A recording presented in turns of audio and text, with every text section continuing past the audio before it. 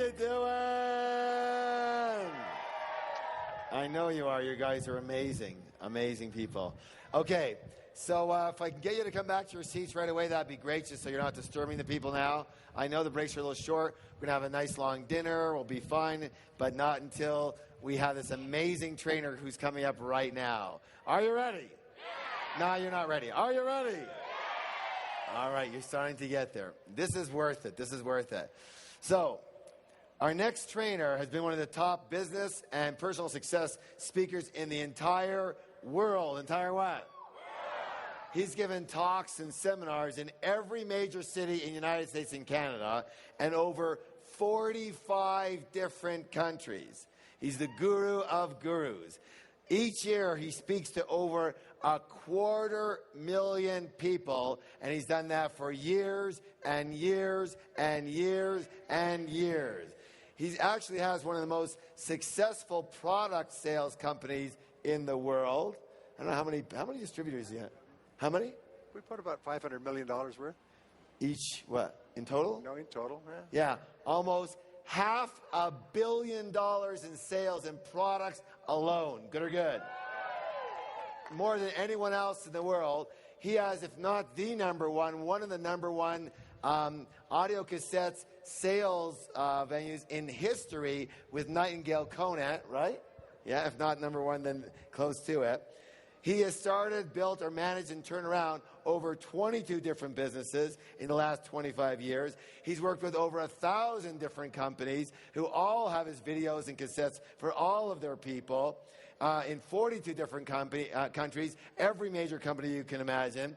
He has written 45 books. Every year he writes 4 books. This year alone, he's releasing 8 books. Now, that's nothing short of incredible. That's what? Incredible. Twice as loud. Incredible. That's incredible. I might write 8 chapters in 2 years, okay? Just totally incredible. And he's a brilliant man. He's very, very, very smart.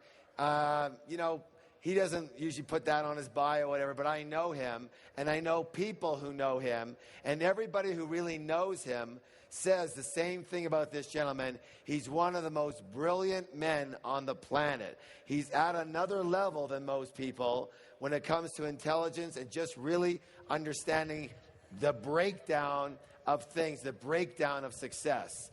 And many of you have heard his voice for years and years and years on his products.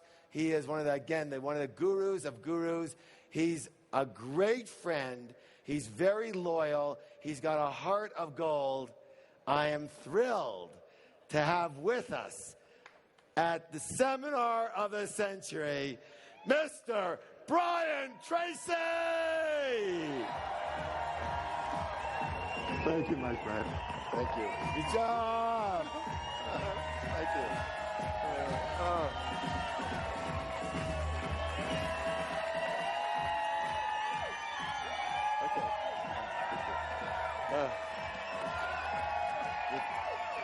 Thank you. Please sit down. No. Thank you. Thank you. Please sit down. Please sit down. Wow. Wow. Get them under control. Please sit down. Please sit down. I got a lot of stuff to share with you. Let's not use up any more daylight than we have. Besides this rain coming in. No, not with us. Sorry. Staying away. I am so delighted to be with you. You are amongst the elite in America and Canada, even the world today. You are in the top 10%. And that's why it's because you're here. Only the top 10%, maybe the top 5, maybe the top 1% of human beings in the world would ever make this trek all the way to Aspen just to learn how to become better in the future. I mean, that's phenomenal. Give yourselves a big hand. Congratulations. You're the best. And I want to give you the very best ideas I possibly can in the time that we have together here. But let me begin by saying, and Michael Gerber was talking about this, we're living at the very best time in all of human history. I am an economist by avocation. I read, I keep current with what's going on in the world. I've traveled in 90 countries, and I can tell you that North America today is the most booming single place in the world today. There are more opportunities, more possibilities for more people today than have ever existed in any other country at any other time in human history. And you are at the front of the line to take advantage of them. Yes. And our job today, our job in this conference is to give you ideas that you can use to take full advantage of this. More people are going to make more money in the years ahead than have been made in all of human history. I just read an article before I came down here by Brian Westbury. He's an economist I had dinner with in Chicago in April. And Brian Westbury is what you might call an optimistic economist, very smart. And he said that we are in what is called the long boom. Now, people talk about business cycles going up and down. If things go up, they have to go down and so on. But it's not necessarily true. Business cycles are caused by mistakes of government. The primary mistake they make is they raise taxes. If they raise taxes or they interfere with business, the flow of business, what will happen is the economy will spike. And that's why you have to be very careful who you vote for next time. Because if they say they're going to raise your taxes, that means it means you're going to cause the economy to spike. What Brian Westbury says is that we're in the 87th month of a long boom. Do you know that Britain, Britain, for example, and several other countries have been 157, 168, 195 months of continuous boom, that the boom goes on year after year after year. This idea that it's all coming to an end and we must run and put our heads in a hole, not true. This is a great time. And this boom can continue and can continue and can continue. And your job is to take advantage of it. How many people here would like to double their income? If I can show you how, will you give it a try? Yes. Well, that's the only test question of the day. Do you know how many times the average person tries on a new goal before they give up? Well, the average is less than one. Most people give up before they even try the first time. Interesting, I've studied success, and I'll come back to this in a second. What I find is there's four things that people want. All human beings worldwide, and I've spoken all over the world, all want four things. Number one is they want to be healthy and live a long life. Number two is they want to do work that they enjoy, do it well, and get paid well for it. Isn't that true? And number three is they want to have wonderful relationships with people that they love and care about and who love and care about them. And that's probably more important than anything else. And number four, everybody wants to achieve financial independence. We want to make enough money so that we never have to worry about money again. Isn't that true? So we're all setting these as goals. We're all continually saying, what are my goals? It's always one of these three things. I always ask people what their goals are, and I can always tell you what your goals are. The same thing. You want to be happy? You want to be healthy? Want to make a lot of money? Want to be financially independent? And then, but before anybody starts, they say, well, before I start, that's what I want. I need to take a quick vacation to a wonderful vacation place called Someday Isle. And most people, the 80-20 rule, 80% of the population lives on Someday Isle most of their lives. Someday I'll lose weight, and someday I'll start a business, and someday I'll read that book or take that course, or someday I'll get out of debt, or someday I'll get out of this lousy relationship, or Someday Isle. And they live on Someday Isle. And who are they surrounded with on Someday Isle? Other people on Someday Isle. And what is the primary source of recreation on Someday Isle? It's swapping excuses. What's your excuse for not doing what you want to do? Well, my mother didn't love me as much as she loved my sister, and my father was unkind, and my first job sucked, and my boss is a bitch, and wah, wah, wah. So it's like a child's nursery in a hospital on Someday Isle. They also go wah, wah, wah, wah, all their problems. I've got to tell you a quick story about Someday Isle. I was invited to speak. It was in Nashville. I was invited to speak to a large national organization, franchise organization. And because I was the keynote speaker, they put me at the head table. And they put me at the head table with a couple, and let's just call them Harry and Susan. And they told me their story. These were two of the most respected franchise owners within this national organization. And they told me this interesting story, and I never forgot it. It was just one of those stories that just like imprints on your mind. They said, when they got out of high school, they had very little going for them. They'd graduated from high school. He waited a year or two. They were childhood sweethearts. They got married. They're in their 20s. They got a little house, and they got a child and a second child. And they're trucking along, and they're 25, 30 years old. And he's working as a plumber, and she's working in the supermarket. And they have too much month at the end of the money, and they worry about money all the time. And they drive a couple of old cars, and they recycle their kids' clothes and repair bicycles for their kids. That we all come from that. Anyway, but they didn't worry, they said. They had no worries because they knew that when Aunt Martha died, they'd be rich. Because they had an Aunt Martha. True story. They had an Aunt Martha, and Aunt Martha was wealthy. She had a beautiful home, and at one time she had taken them aside, and she'd said, you know, you have lots of brothers and sisters and so on, but of all the family, you're my favorites. And when I die, I'm leaving everything to you. And so they used to sit at home and they'd speculate about what they would do when Aunt Martha died. Now, they didn't want Aunt Martha to die. She was a wonderful woman. But she was in her 60s now. People don't live forever. You know, you never know what could happen. But they had her over for Sunday dinner, and they took her presents, and they took her on the little family vacations they had. They took wonderful care of Aunt Martha because, after all, they were her favorites, and they were going to get all the money when she died.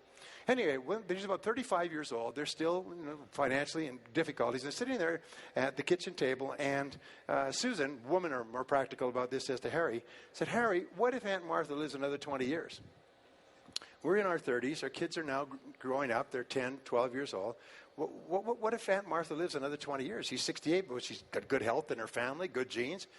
We would have waited all our life for Aunt Martha to die. We'd have lived in this condition all of our life. And it was a real shock. It's called in psychology a significant emotional event. It's like a thunderclap went off, and they realized, and they began to think, we've got to do something different. Well, as it happens, a friend of his at work was working with a janitorial franchise. And he said, would you help me in the evenings and weekends? So he said, sure. So he began to work with them evenings and weekends to make a little extra money. He turned out to have a natural faculty or facility for running cleaning crews, and they did a lot of commercial cleaning.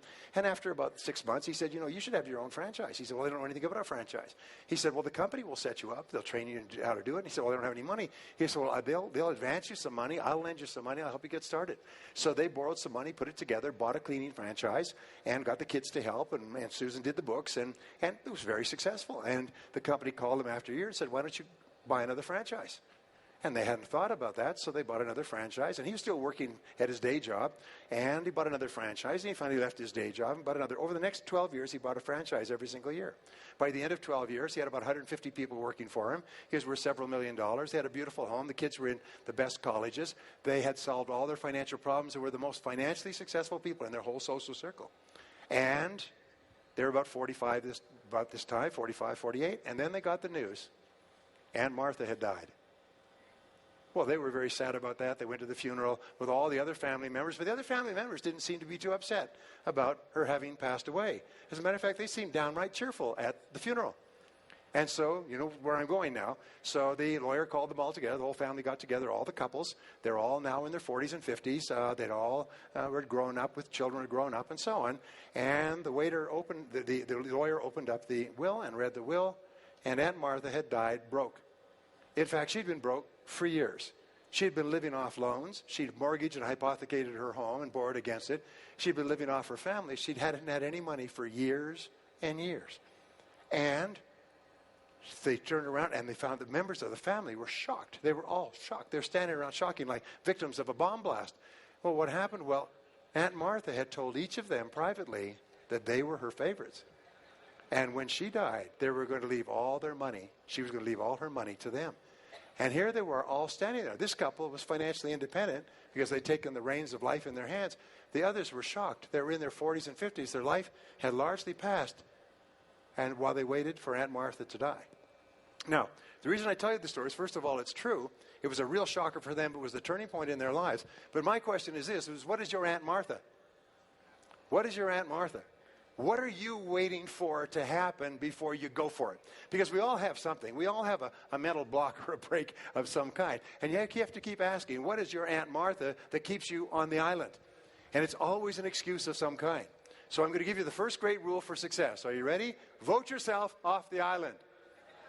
No more excuses. Do it or don't do it. Get on with it. Follow what Harv teaches you and get on with it. Ready, aim, ready, fire, fire, fire. Is that what Harv says? Is get on with it. Don't let anything hold you back. By the way, a couple of people come up here this morning and said they wanted to write a book. How many people here want to write a book? Well, I write a lot of books, and I'll show you how to write a book. You go to my website. It's called briantracy.com. Click on free newsletters. It'll say how to write a book. And it's exactly how I write 4 books a year and have them published by major publishers. I'm now in 36 languages in 52 countries. And so you just go there, click it down, and it shows you literally a menu, not a menu, a recipe for writing a book. And I've given this to countless people who've been struggling with books for weeks, months, years, and within 90 days they've got a book out ready to go to the publisher. And that's no extra charge. Okay. All right. Now, when I started my career, I started off quite humbly. I did not graduate from high school. As many of you know, I finished in the half of the class that makes the top half possible. I left high school without graduating, and I worked at laboring jobs for several years. And I could stretch the story out, but I'll just tell you, after several years of laboring, when I could no longer get a laboring job, like many of you, I got into sales. And when I got into sales, and by the way, sales is the ultimate default profession. Nobody goes into sales. We default into sales when nothing else works. How do you get into sales? It's like backing up in a car and hitting something in the night. Whoomp. You don't see what it is, and it's a sales job. Yeah. Often it's your own new business, you know. Maybe I'll start a business. Whoop. It's a default. Anyway, so I got into sales, and I was not afraid to work because at least it was clean work. And I threw myself like a dog at a passing car, and I'd go out and knock on doors. They said, you know, sales is not really a sales game. It's a rejection game. The more you get rejected, the more sales you make. So I would go out starting early in the morning, 7, 8 o'clock in the morning. I'd knock on doors. I used to run from place to place so I could be rejected more often, faster. They said, keep track of your calls. I kept track of my calls. One month I made 504 calls and no sales, but boy, did I see a lot of people. And I did this for month after month, and every so often I would stumble into a sale where the person had decided to buy my product and hadn't decided to where to buy it from, and they bought it from me. They felt pity on me. So I was just staying alive. And then I went and I asked one of the top guy in our company. He was making 10 times as much as anybody else. And he would roll in. I'd start off at 7 in the morning. I'd work till 9 o'clock at night, knocking on doors in the neighborhoods. He'd roll in at 9 o'clock in the morning. Customer would roll in, or a prospect. They'd have a little conversation. Prospect would sign a check. He'd make a sale. He'd go out and make a couple of sales in the morning, have lunch with another prospect, make sales in the afternoon. He was making more than anybody else in the company. He was making more by himself than everybody else put together. And so finally, I went to him and I said, what are you doing differently from me? And he told me. And this is one of the great breakthroughs in life. If you ever want to do anything, find out somebody who's doing it well and go and ask them what they're doing. Don't try to figure it all out for yourself. And so I asked him, what are you doing differently from me? And he said, well, show me your sales presentation, and I'll critique it for you. I said, my what? Well, you're president. I said, you show me yours, and I'll show you mine. I said, by the way, how do you define a sales presentation? He said, well, a sales presentation is a logical and orderly process of, first of all, identifying prospects, and then establishing rapport with them, and then identifying their needs, and then presenting our product or service as the best choice, all things considered, answering their concerns and objections, closing the sale, and then getting resales and referrals, which loops you back into the top of the process. I was writing, I couldn't believe it. You mean there's a logical order to this? I was doing what most salespeople do when they start off. It's called the blah, blah sell. Blah, blah, blah, blah, blah, blah. You find a prospect, try to get between them and the door, and they go blah, blah, blah, blah, blah, and say as many clever things as you can. And if they start to lose interest, you speak louder and faster. Now, I didn't mind if they seemed to be losing interest. When they looked at their watch and started pounding it, then I started to become nervous. Well, no, he said, no, that's not how you sell at all. First of all, you determine that the person has a genuine need that your product or service can satisfy. And by asking questions to uncover the need. And if there is no need, then you carry on. You don't. So I just opened my eyes. I couldn't believe it. I learned later that he'd been trained by a Fortune 500 company when he left college. They had taken him and spent a year, 6 months in classroom, 6 months in the field, alternating back and forth like a windshield wiper until he was thoroughly trained in how to sell. He could then go into any sales organization, any product, service company, any industry, and within 30, 60, 90 days, he'd be selling 10 times as much as anyone else. I almost died and gone to heaven. And he said to me, by the way, he said, did you know that 20% of the salespeople make 80% of the money? I said, no, I'd never heard about that. And so I said, well, that's it. If that's true, then I want to be in the top 20%. That was a life changer for me. For the rest of my life, I look back and I realized it was making the decision to be in the top 20% that changed the direction of my life. And this is what I also learned. To get into the top 20%, the key is to make a decision. Just make a decision. So I made the decision, and I began asking, why is it that some salespeople are more successful than others? And I began to study successful selling. I became voracious. I used to study hour after hour. I wasn't married at the time, so I had lots of time on my own because I couldn't afford to take anybody out. So I'd get up early in the morning, 5 o'clock in the morning. I'd study, and I'd go out in the daytime and practice what I learned. In the evening, I'd review it. And I began to read books and listen to audio programs and go to courses, and I began to practice it. And I did something else which changed my life as well. I find that there's two types of people in life. There's people who do things and people who talk about doing things. And one of the keys to success is action orientation. All successful people are like yourself. They're intensely action-oriented. Most people talk about what they're going to do, but then they go to the island. You know, you heard the old saying about the guy who says, I wake up every morning at this crack of dawn full of vigor and energy, and then I force myself to lay there until the feeling passes. Well, a lot of people do the same thing, is they have all these great ideas and they force themselves to do nothing until the feeling passes. Because what we have found is that there's a direct relationship between how quickly you take action on a new idea and how likely it is that you'll ever take action on any idea at all. In the work that I've done over the years, I found that all successful people have successful habits, and all unsuccessful people don't have them, or even worse, they have failure habits. They have habits that lead to failure. And so one of the most important habits that you can develop is the habit of taking action. And fortunately, if you do something repeatedly over and over again, what do you develop? You develop a habit. Now, the interesting thing is, forming a habit is difficult. Goethe, the German philosopher, once said, everything is hard before it's easy. Just like Michael was talking about learning to play a trumpet and learning to be a drywaller and carpenter and so on. Everything is hard before it's easy, but once you have made it a habit, it's like brushing your teeth. It's automatic and easy, and you can do it for the rest of your life. Well, what I found was everything that I tried for the first time didn't work. And my first idea was to be discouraged, say, oh, darn. And then I realized nothing works the first time. Nothing works the first time. Sometimes you have to practice it over and over again. Does anybody here have a favorite recipe? Okay, if you have a favorite dish that you make at home, sometime you tasted the dish at a friend's house or a restaurant and you said, you know, I like to be able to make that at home so I don't have to go somewhere else to have it. And so the first thing you ask for the recipe. And you take the recipe home and you take all the ingredients and you lay them out and you put it all together and then you mix it up. And how does it taste the first time? Not like you remember it. But you have something that is a great advantage, and that's the great advantage of being part of this organization. You have what is called positive knowing, not positive wishing, positive hoping, positive thinking, not fantasizing. You have positive knowing because you've tasted this dish. You know this dish can taste good. So you don't quit. You're not discouraged. You realize, it's obviously I haven't mixed the ingredients properly, so you go back and you mix it again. And the second time is not quite as bad. The third time, it's tasting pretty good. Fourth time, fifth time, you may have to do it several times. But at a certain point, bing, you've got it. Now you can walk into any kitchen, you can whip that dish up, and it tastes delicious every time. Isn't that true? Now, if you understand this is the same formula for making sales. It's the same formula for making money. I have a good friend, interesting, everybody wants to make a lot of money. He went bankrupt, and way beyond bankrupt. He ended up living at home with his family. He's 35 years old, made several $1 million, but he went bankrupt. So he read all about how you could buy homes for little or no money down, fix them up, and either rent them out or resell them, refinance them, and do it again. So he read a couple of books, took a couple of courses, listened to some programs, and he did exactly what they said. He followed the recipe. You have to look at 100 houses before you find 10. Out of the 10, you'll get offers that you can put in on 3, and you'll end up buying 1. It's 100 to 1 for the first house that you buy because it's a learning process. It's like the recipe. So he did that. The second house, he had to look at 50 houses. Third house, he had to look at 25. Fourth house, he had to look at 10, and so on. It took him 6 months to buy his first house. It took him 3 months to buy his second house. It took him a month to buy his fourth house. He said his goal was to buy 100 houses. And he just went to work, and he worked for 3 years, and he told me, he said, I didn't make it. I didn't make my goal. And he said, I didn't make 100 houses. He did, but I did buy 66.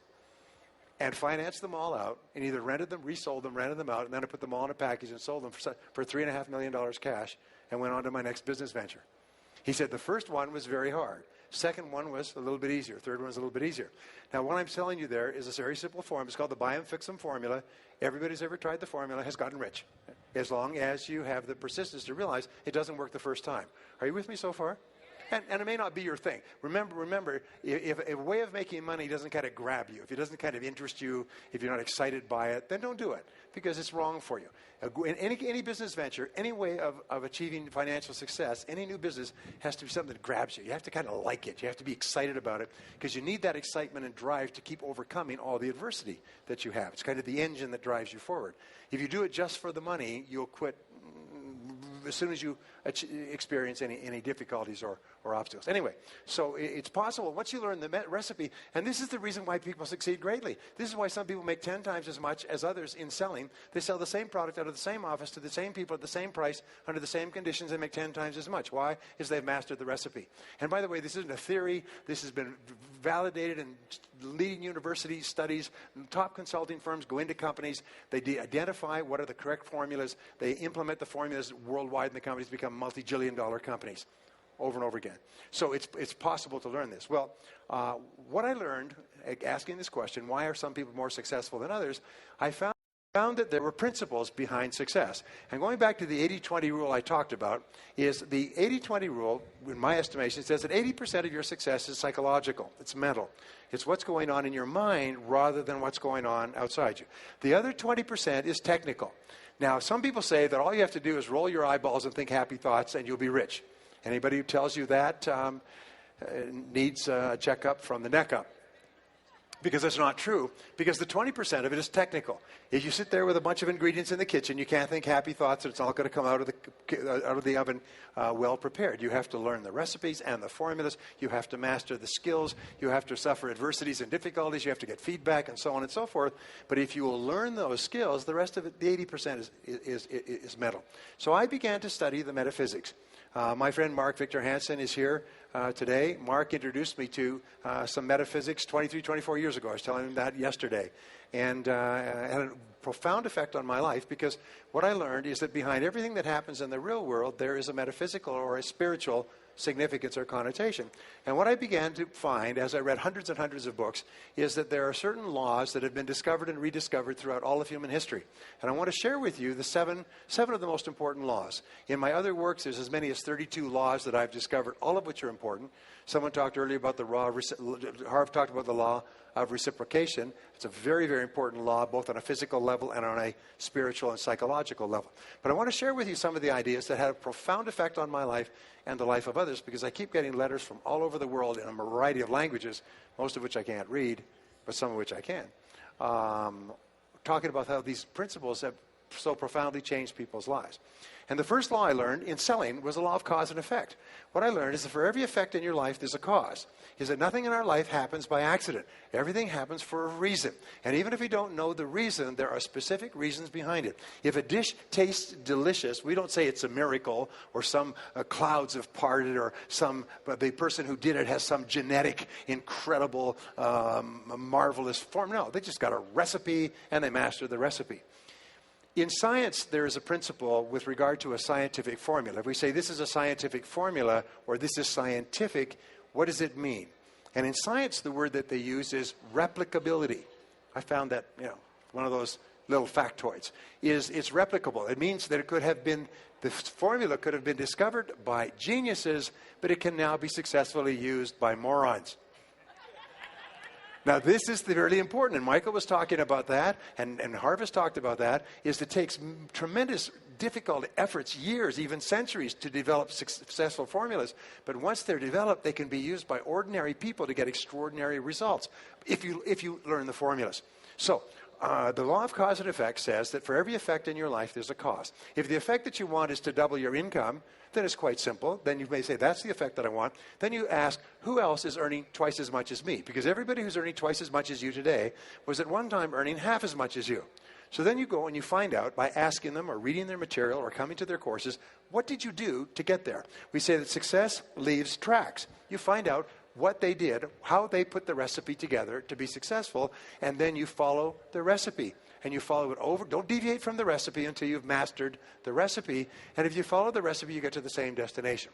So here's one of the great success principles. First success principle, vote yourself off the island. Second one is this, is if you do what other successful people do over and over again, you must inevitably get the results that they get. And if you don't, you won't. It's real simple. And the world is full of people who are doing what failures do, and they can't understand why they're not getting the results that successful people get. By the way, there's an awful lot of stuff about the economy. Many Americans, almost the majority, think that the U.S. is in recession. The reason they think the U.S. is in recession is because the newspapers are very, very biased, and they know the very best way to bring about governmental change at high levels is to make the people feel insecure and uneasy with the economy. The fact is, the American economy is the best it's ever been in history. Do we have problems? Yes. Do we have too many entitlements? Yes. Do we have too much government debt? Yes. But in terms of opportunities and possibilities, it's never been better in the history of the world. Why do you think we got millions of people coming here legally and illegally? To be unemployed and go on welfare? No, because there's so many jobs. We create in America 22 million new jobs a year. We create in 1 year more than Europe has produced in the last 30 years in terms of new jobs. It's absolutely phenomenal what goes on in this country. Anyway, I won't get into politics. The problem with politics is the word politics. It comes from the Greek. Poly means many, and ticks means voracious bloodsuckers. So cause and effect says that if you'll do what other successful people do, you eventually get the same result. The point that I was going to make is that if you're going to read or take information from people on the economy, look at people who are successful and taking full advantage of what's going on. Don't read people who are losers, who are broke, who are political, who are on welfare, who are weeping and whining and crying because they have a different agenda. Listen to positive, constructive people with great ideas for the future, not the other people. And you can always choose. Anyway, so the law of cause and effect says that thoughts are causes and conditions are effects. And this is the greatest discovery in all of human history is thoughts are causes and conditions are effects. Is your thoughts create the conditions of your life. In the Old Testament, it calls about the law of sowing and reaping. Whatsoever a man soweth, so also shall he reap. And let me point out, the Bible is not an agricultural textbook. Okay? It's a textbook for the development of the soul. And whatsoever a man soweth in his mind, he reaps in reality, or a woman for that matter. Newton, the great physicist, changed the whole world with this whole idea of action and reaction. For every action, there's an equal and opposite reaction. In other words, whatever you put in, you get out. And you can't get out without putting in. Our greatest problem, by the way, in modern life, not only in America and worldwide, is an enormous number of people want to get out without putting in. They want to become wealthy without making any contribution. They want to have money without creating any value. And there's lots of people out there to take advantage of them and tell them that it's possible to do that. But it'd be the same as going to the field and saying, I want a crop, but I don't want to put in any seed. Or I want to put in a couple of seeds and I want a full crop. The fact is that the universe has a law, and the granddaddy law of the universe is cause and effect, sowing and reaping, action and reaction. Well, that's the first law. In other words, if you want to be financially successful, find out what other financially successful people do and do the same thing over and over again until it becomes a habit, and then you'll enjoy financial success. And it's not a matter of accident, and it doesn't matter if you went to the best schools or the worst schools or no schools. It's just a matter of law. And if you get your life in harmony with the laws, everything changes. If you get your life in conflict with the laws, nothing will happen to you except for bad things. Well, the second law that I discovered is called the law of control. And the law of control is very interesting because psychologists have written hundreds, thousands of books and articles on this. It says that we feel happy to the degree to which we feel we are in control of our own lives. And we feel unhappy or stressed to the degree to which we feel we are not in control or out of control, or even worse, controlled by external circumstances. Now, what psychologists call this is the locus or place of control. So they ask you, where do you feel the control lies in your life? Are you in charge of your life? Or is it your boss? Is it your bills? Is it your health? Is it your family? It's your situation that's controlling you. To the degree to which you feel you are in control, you're in command of your life, you feel happy, you feel powerful, you have high self-esteem, you have more energy, you have a stronger immune system, and so on. Now, the reason I mention this is that each of us has areas of our lives where we feel totally in control. Have you ever gone home from a holiday, like you go home from this vacation, you walk in the door of your own place, you walk in the door, and you feel a great sense of relief. Why? It's because you're totally in control in your own environment. You're no longer on planes and trains and automobiles and everything else. You walk home and you're in control. So you have to ask yourself, where are the stress points in your life? And the stress points are points where you feel that you're controlled by external circumstances. One of the two worst things of all is we can be in a bad relationship. And so our mental health is controlled by the behavior of another person. 85% of our problems in life, by the way, come with hair on top and talk back. You know what I'm talking about. The other 15% are material. So another source of loss of control is financial. We feel out of control financially because we owe too much, we have too little, we have too much a month at the end of the money, and so on. So you have to ask yourself, and here's what we found. We found there's always a way that you can be free. There's always a way you can retake control in your life. And the two ways are, number one is just take control, make a decision, and get on with it. And number two is to walk away. Does anybody know what I'm talking about here? Everybody in life does this regularly. We either decide to get in and resolve the situation, or we decide to walk away. But either case, we feel a tremendous sense of relief because we are back in control. And it's really important. So that's the second law. And the law of control, wonderfully enough, is completely in harmony with the law of cause and effect. Because the law of control says that we control our own lives by the things that we do. The next law is what I call the law of belief. The law of belief says that whatever you believe with conviction becomes your reality.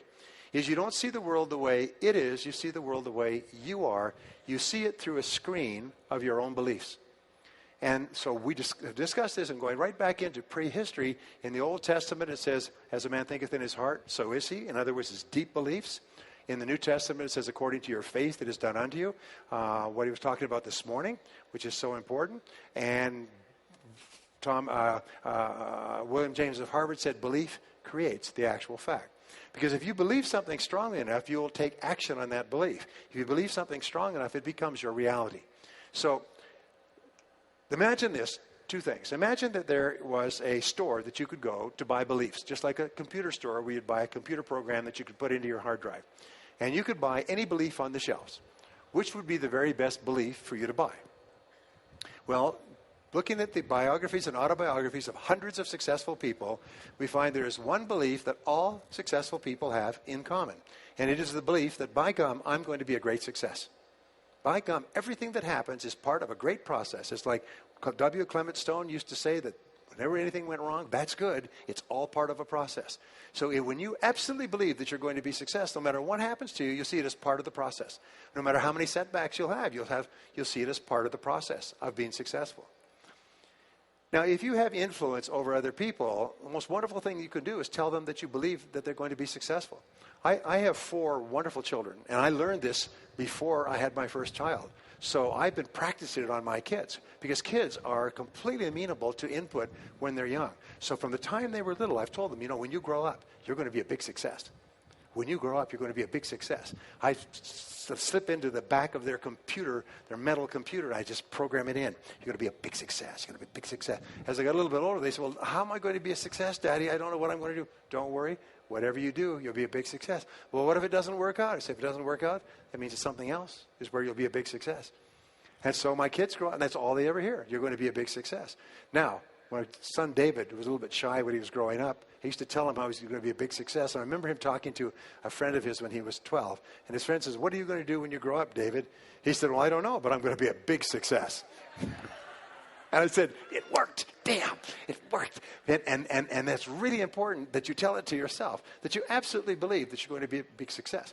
By the way, going back just one click, with regard to locus of control, Americans have the highest locus of control per capita of any people in the history of the world. 68% of Americans believe that they are largely in control of their own lives. That is, by the way, true for probably 100% of people here. Everybody here believes that they are in charge of their own lives. They make things happen. They're not passive waiting for things to happen. They go out and make things happen. Isn't that right? Yeah. And that's really important, because that is the attitude that makes it a reality. Your belief creates the actual fact. Now, here's something else that I've learned. I've learned it from Harv and from Mark and from a lot of other people, is the greatest single obstacle to our success is our self-limiting beliefs, is we believe that we're limited in some way. Our friend this morning was talking about the fact that each person is a potential genius, that you have genius inside you, that you have unlimited potential, which is what we believe passionately. But if we believe that we are limited in some way, it becomes true for us. It becomes our belief. By the way, I didn't do well in school, and before we came here, I was going to do some background checking on the people here. And what I found is that there's a lot of people in this audience who didn't do well in school. Yes, there's a lot of people here got lousy grades in school. I was astonished to look at the high percentage. In fact, you could be sitting next to one of them right now. Yes, we know who you are. Now, here's the problem, is that if you're told, which I was, and all the time you're growing up, they say you have to get good grades or you won't do well in life. You have to get good grades or you won't get into college. You have to get good grades or you won't get a good job, won't get very well, and so on. They tell you that to encourage you to get good grades. So what if you got lousy grades for whatever reason? Well, now, you could be 25 or 35 years old and you don't even try. You don't even try because, hey, you didn't get good grades in school, so you're kind of short of potential. And what we do is we actually sabotage ourselves. We drive with our foot on the brake of our own potential because we think, well, I didn't really get good grades in school. And then you read the studies and you find that most of the people who got straight A's work for the people who got B's. And the people who got B's work for the people who got C's who own the companies. And the people who own the companies got the money from the venture capitalists, all who got D's in school. And so the grades that you got in school are irrelevant. But if you believe that because you got poor grades or because you didn't get started, you didn't go to college or something else, if you believe it, it becomes true for you. So the first thing you do is you have to challenge your self-limiting beliefs and realize that most self-limiting beliefs have no foundation in reality. How many times have you had an experience where you thought you had no skill or ability in some area, and then you started working in that area, and you turned out to be pretty capable, and you're quite amazed, and you never had that idea? The fact of the matter is, we all have that throughout life. My friend Dennis Waitley has this wonderful line. He said, you could not use all of your potential if you had 100 lifetimes. You have so much potential. And what holds us back from using all of our potential is we believe that we don't have it. I will never forget the story of this fellow's grandfather came out, homesteaded a piece of land in Alberta, passed it on to his grandfather, passed it on to his father. The father could never make a living on it. Finally passed on to the son. The son was on welfare and raising goats on this quarter section in Alberta. None of the family for 3 generations had ever made any money on this hard scrabble piece of farm. And along came an oil company. The oil company said, can we drill on your land? If we find oil, we'll sign an extraction agreement with you, royalties and so on. They drilled on his oil. They found an oil pool. And overnight, he was a millionaire. He had an income of something like $150,000, $200,000 a year for the next 30 years. He went from living a hard scrabble life, raising goats on this lousy piece of land, and somebody else came along and showed him how to get the potential out of the land. The oil had always been there. That's what this seminar does. That's what Harv does, by the way, is he shows you how to drill oil in your own land and tap into the potential that you have. It was always there. It's been there all this time. But your job is to drill. That's really important. And that's what we're here for 3 days, is to look for insights. So remember this. Always ask yourself, you have a self-limiting belief. What if it wasn't true? What if it wasn't true? My son, going back to David was really shy when he was growing up. And so I would say, one thing I know about you, David, is you're not afraid of anything. He said, oh, I'm afraid of everything. He's afraid of riding a bicycle, and he's afraid of this. He's afraid of ghosts in the night. No, David, you're not afraid of anything.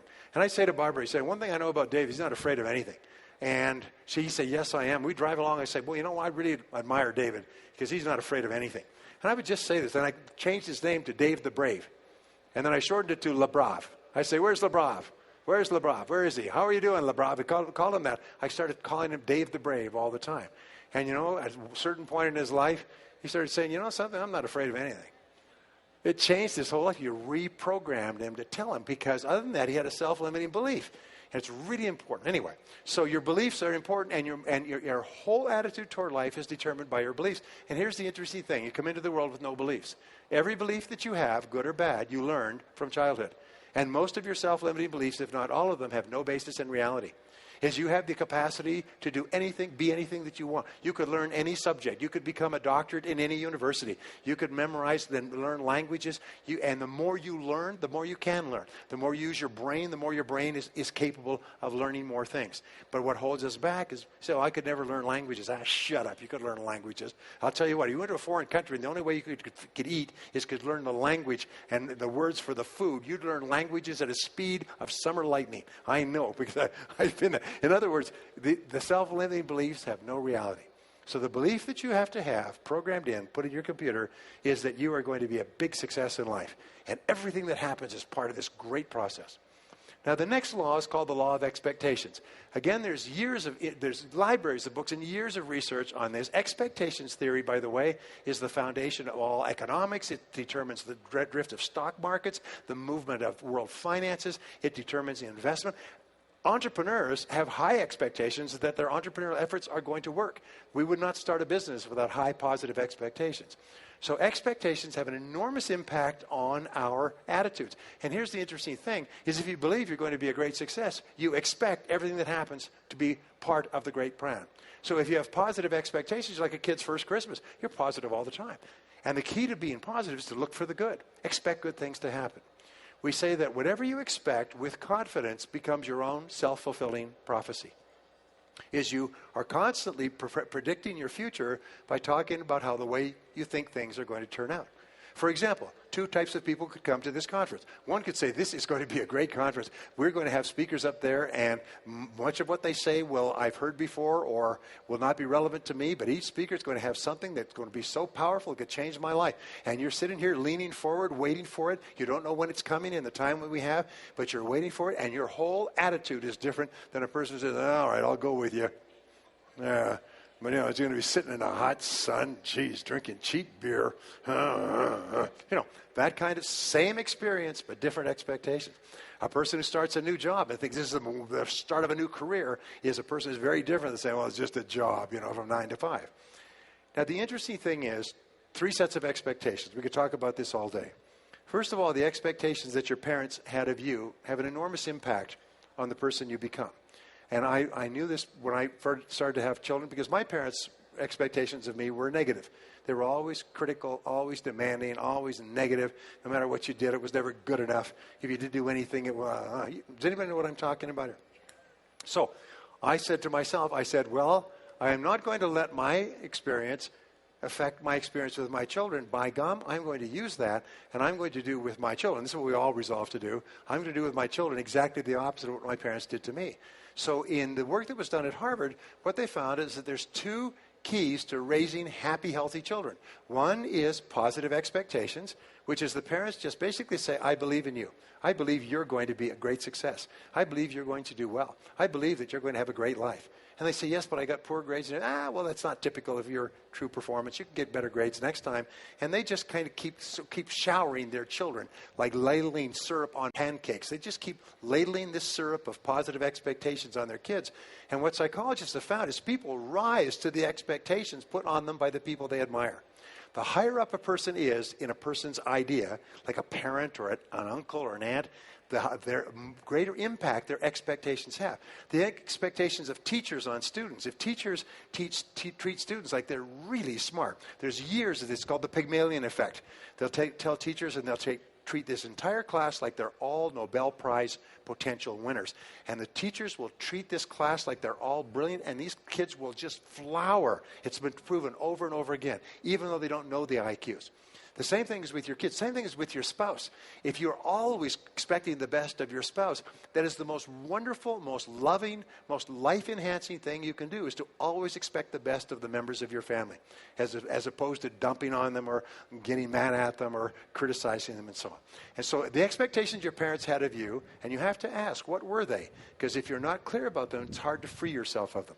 The second is the expectations you have of the people who look up to you. But the third is the expectations you have of yourself.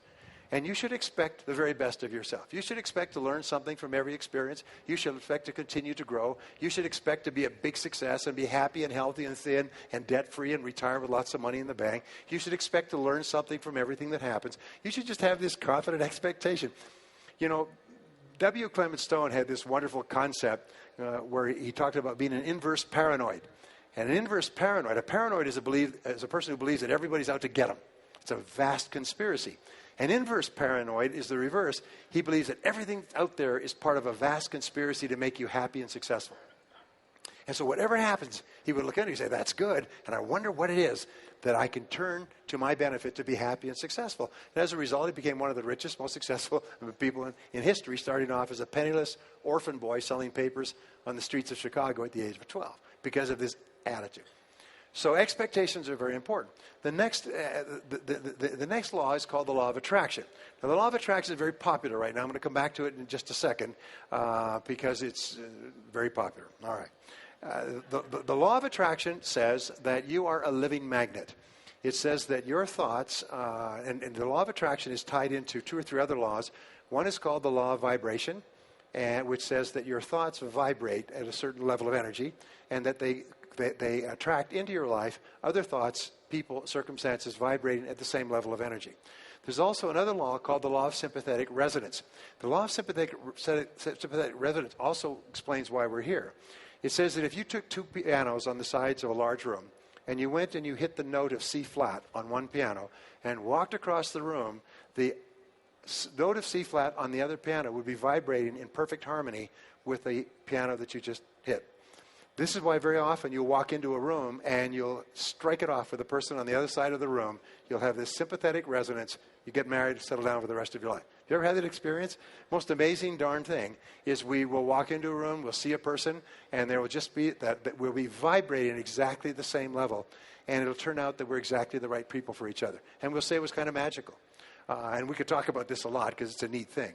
Also, you will have a time when you'll meet somebody and the vibrations will be bad. And later on, you find out you were right, that that's not a good situation. Well, the law of attraction says that you invariably, because of this force field of energy, like an iron magnet attracts filates, you inevitably attract into your life people and circumstances in harmony with your dominant thoughts. But it's your dominant thoughts emotionalized. It's not just the thought itself, it's a thought charged with emotion. We say that thought has no power of itself, and emotion or energy has no direction. But a thought multiplied times an emotion equals a result. T times E equals R. Thought times emotion equals result. So if you have a very positive thought, or you have a very clear idea of financial success, multiplied by the emotion of intense desire, belief, confidence, happiness, that it's going to come true, positive expectation, it creates a result consistent with it. Laws, by the way, are like gravity. If you drop a rock, it goes boom. If you drop a glass, it shatters. Gravity is neutral. It doesn't matter what you drop. Laws have a two-edged sword. So you can have a thought that is emotionalized with a negative emotion, and you'll attract exactly that into your life. There are people who have negative thoughts and ideas about other people and other circumstances, and they continually draw negative events and circumstances into their life. We have all seen situations like this. I used to have a woman working for me who was so negative that when she went near the photocopy machine, it would quit. And it's true. I mean, her negative vibrations was literally, and they would bring out the repair people, brand new machine, nothing wrong with it. Just keep her away from it, because she was so negative. She would drive, she bought a brand new car. She had just gotten divorced, and she was very unhappy. She had bought a brand new car. She drove it half a block down the street from the dealership, and it burst into flames and consumed itself. And they went, they tore it all apart. There was not a single thing wrong with the car, except she was driving it. Anyway. Now here's an important point, and it's a trap that you have to avoid. And we see this in America. In America, one of the greatest emotions, and it's one of the most destructive of all negative emotions, is the combination of envy and resentment. Is almost all of our laws, our tax laws, our regulation laws, almost half the political body in America is driven by envy and resentment of those who are more successful. So it's very easy for us, if you read the papers, to be envious and resent other people who are successful. Then once you start to envy them, you start to see that they're evil or they're bad or they make too much money or they're oppressing or exploiting the poor and so on and so forth. So it's very easy, if we're not careful, for us to criticize successful people. Yet when you criticize successful people, you activate another law which comes under the law of attraction, which is the opposite, which would be what? Would be the law of repulsion. And the law of repulsion says if you criticize other successful people, you create an anti-magnetic force that drives success out of your life. So one of the things I teach my kids, one of the things I teach my friends, is always admire successful people. Look up to successful people. Don't fall into the trap saying, yeah, he's successful, but he's not happy, or she's successful, but she's overweight, or he's successful, but his life sucks, he's successful, but he's, No. Don't get into the trap of criticizing successful people. Admire them for their success, their hard work, their energy, their years of application, and so on, and be happy for their success. Always want for others what you want for yourself. Always want for others what you want for yourself. And when you see somebody who's worked hard and achieved success, you say, that's wonderful. Abraham Lincoln once says that some people become successful as proof that others may do it as well. And so that's the mindset of the superior person. The superior person admires successful people, and as a result, they set up this positive force field of energy that draws into their lives people, opportunity, and ideas to be successful as well. Again, America is the most successful country in the world because there's very little institutionalized class envy, except in Washington. Yeah. And in America, in most other countries where people are successful, they have to hide it. In Australia and New Zealand, they have what they call the tall poppy syndrome. If you go there for any time at all, they call it the tall poppy. People who are successful are called tall poppies, and the job of the newspapers is to cut down the tall poppies. So if you're successful, you kind of have to play. You have to keep your head down because it is a habit to attack successful people. Here, who's the most successful? Who's the successful American? Carlos Slim just passed him. Can you imagine that? Do you know how much stuff you have to steal in Mexico to become the richest person in the world? Unbelievable. But if you look at Bill Gates, he's our richest American, right? $54 billion. Everybody admires Bill Gates. Isn't that true? Have you ever heard anybody run him down? I mean, of our people? We don't run him. We are happy for his success because the fact that he's successful means it's possible for us as well. Now, we may not make as much money, but hey, what's 1 billion? A billion would be okay, right? A million would be okay. 1,000 would be okay for some of us. Anyway, my point is that the law of attraction is a two-edged sword, and you have to use it very carefully. And I'll come back to this in a second. The next law is called the law of correspondence. The law of correspondence says that your outer world is a mirror of your inner world, and that wherever you look, there you are. You live in a 180-degree mirror, and every part of your life reflects back to who you are. It's almost like what is inside yourself is reflected onto the screen. So you see this in your relationships. Instantaneously, when you change your thinking internally, your relationships automatically change. You see it in your health. You see it in your income. You see it in your wealth. You see it in your home, your car. With every part of your life is a reflection back to you of what is going on inside yourself. So if you're a very positive, happy, positive expectations, confident person who likes themselves and likes other people, you'll see this all around you. There's some people can walk into a room and people just feel it and they turn and smile. They're just happy that they're there. They can feel the vibration of a person who feels good about themselves. And other people can walk into a room and the lights will go out. People will immediately feel there's negative people. So the one thing that we can control is we can control what we're presenting to the world. We can control only one thing in the world, and it's our thinking. And the last law I want to share with you, and this is really important because it's almost a summary law. It's called the law of superconscious activity. And the law of superconscious activity says that any thought, plan, goal, or idea that you can hold continuously in your conscious mind must be brought into your reality by the superconscious. Now let me say this again because it is the greatest law of history. It summarizes all the great mental and spiritual principles ever discovered. Any thought, plan, goal, or idea that you can hold continuously, that's the test. Can you hold the idea in your conscious mind must be brought into your reality by your superconscious. Your superconscious will bring you ideas and insights. Your superconscious will attract people and resources. Your superconscious will solve every problem on the way to your goal. The superconscious will give you lessons that you need to achieve the goal and to hold on to the goal. Your superconscious will give you energy that drives you toward the goal. The most important thing of all is that the goal has to be clear. And this is the key. Now, people say, well, how do I make all these lessons work? Well, all these laws work. Well, it's very simple. You don't need to. All you need to do is have a very clear, specific goal. If you have a very clear, specific goal that you think about most of the time, what will happen is that all the laws will begin to work.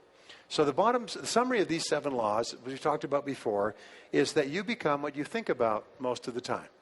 You become what you think about most of the time. And if you think about a goal that is important to you most of the time, what triggers the law of cause and effect? You think about the goal and everything in your life.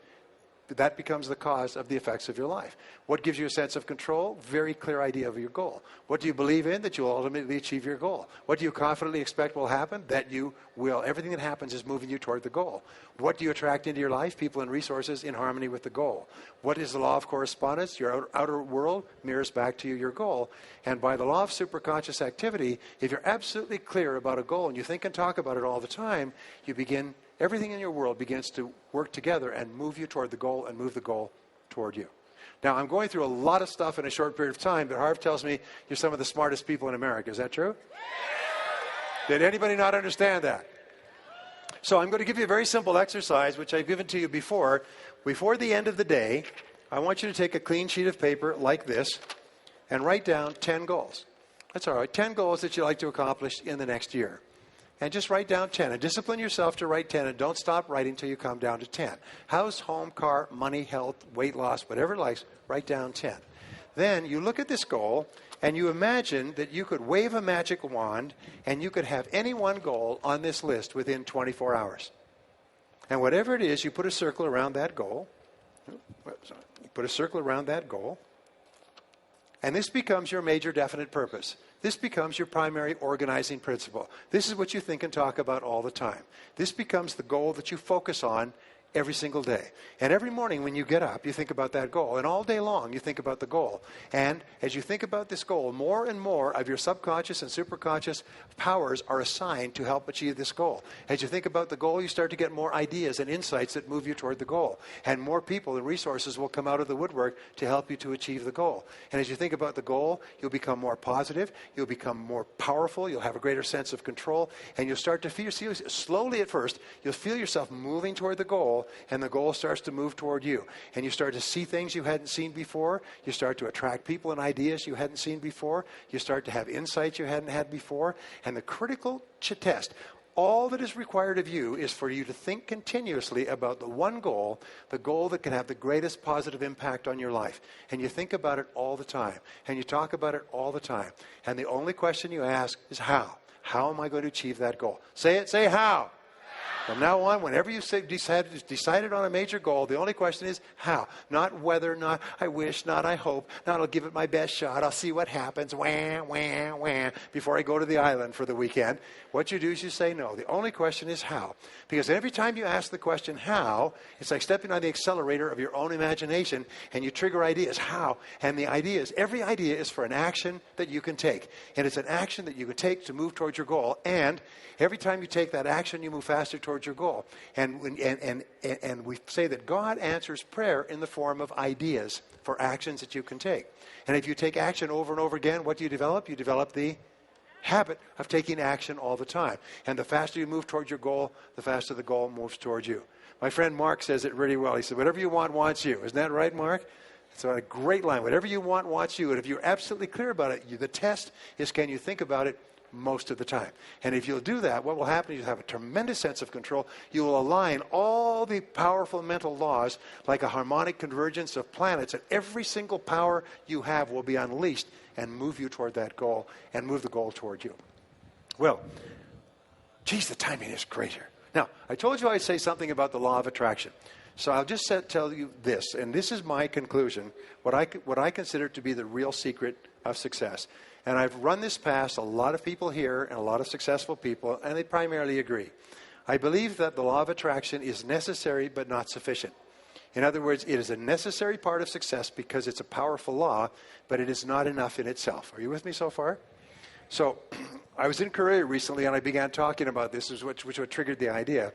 I said, when I left Los Angeles and wheels came up, the pilot came on and said, we'll be landing in Seoul at 5 minutes after 5 tomorrow afternoon. And then I was surprised to learn that for the entire flight, the plane was off course.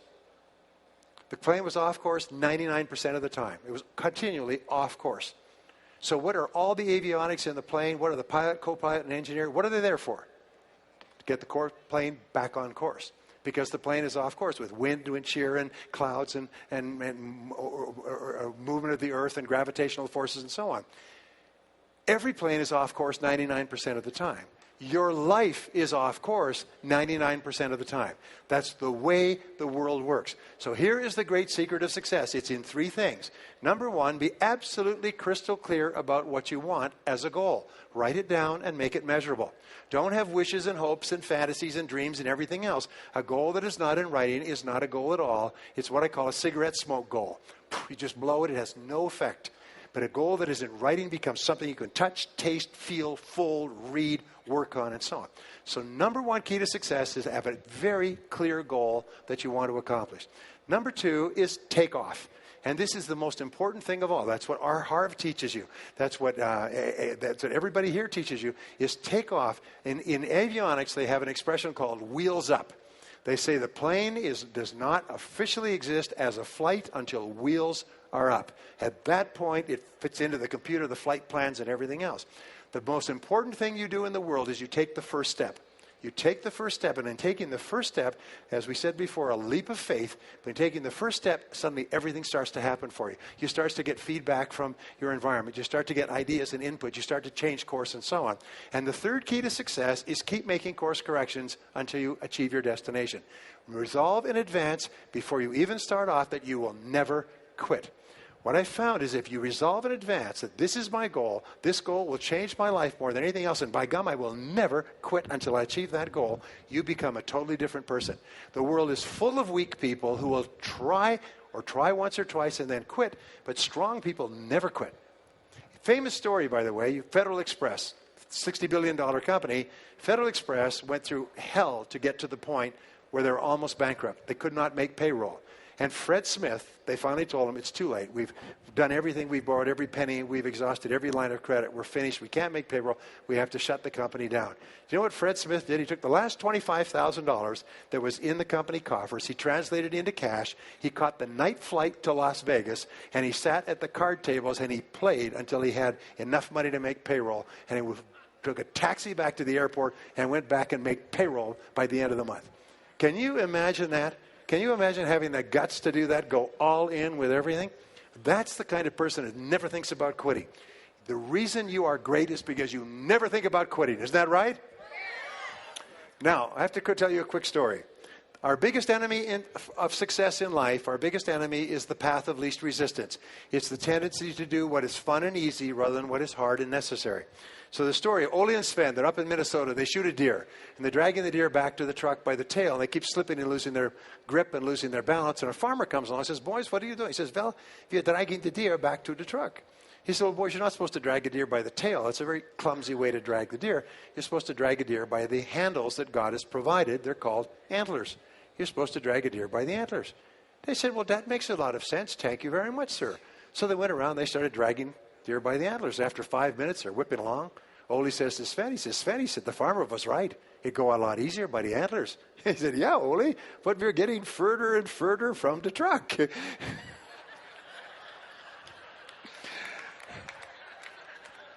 And if you didn't understand that, someone will explain it to you later. The world is full of people who are dragging the easy way, but they're getting further and further from the truck of their own ambitions. They're not doing what is hard and disciplined and necessary. They're doing what is fun and easy, and they're going to have fun until their daddy takes their T-bird away. Now, let me just summarize by saying this. My time is up. By saying this, that we're living at the very best time in all of human history. And you are the very best people living at the very best time in the very best country in all of human history. And of everything that's been accomplished in the last 200 years of America, what's going to be accomplished in the years ahead will be greater than that. We're hockey sticking as an economy, and we're into basically the great wave of success. As Michael told you, more people will start more businesses and become millionaires in the years ahead than in all of history. And your job is to be at the front of the line. Your job is to take full advantage of this wonderful country that is available to us. So here are the three things. The real secret of success. Number one, decide exactly what you want. Set it as a goal. Write it down. Make a plan to accomplish it. Number two, take action on that goal and take action every day. And number three, keep making course corrections until you achieve the goal. And never give up. Thank you very much. God bless you. Thank you. All right, let's hear it for Brian Tracy.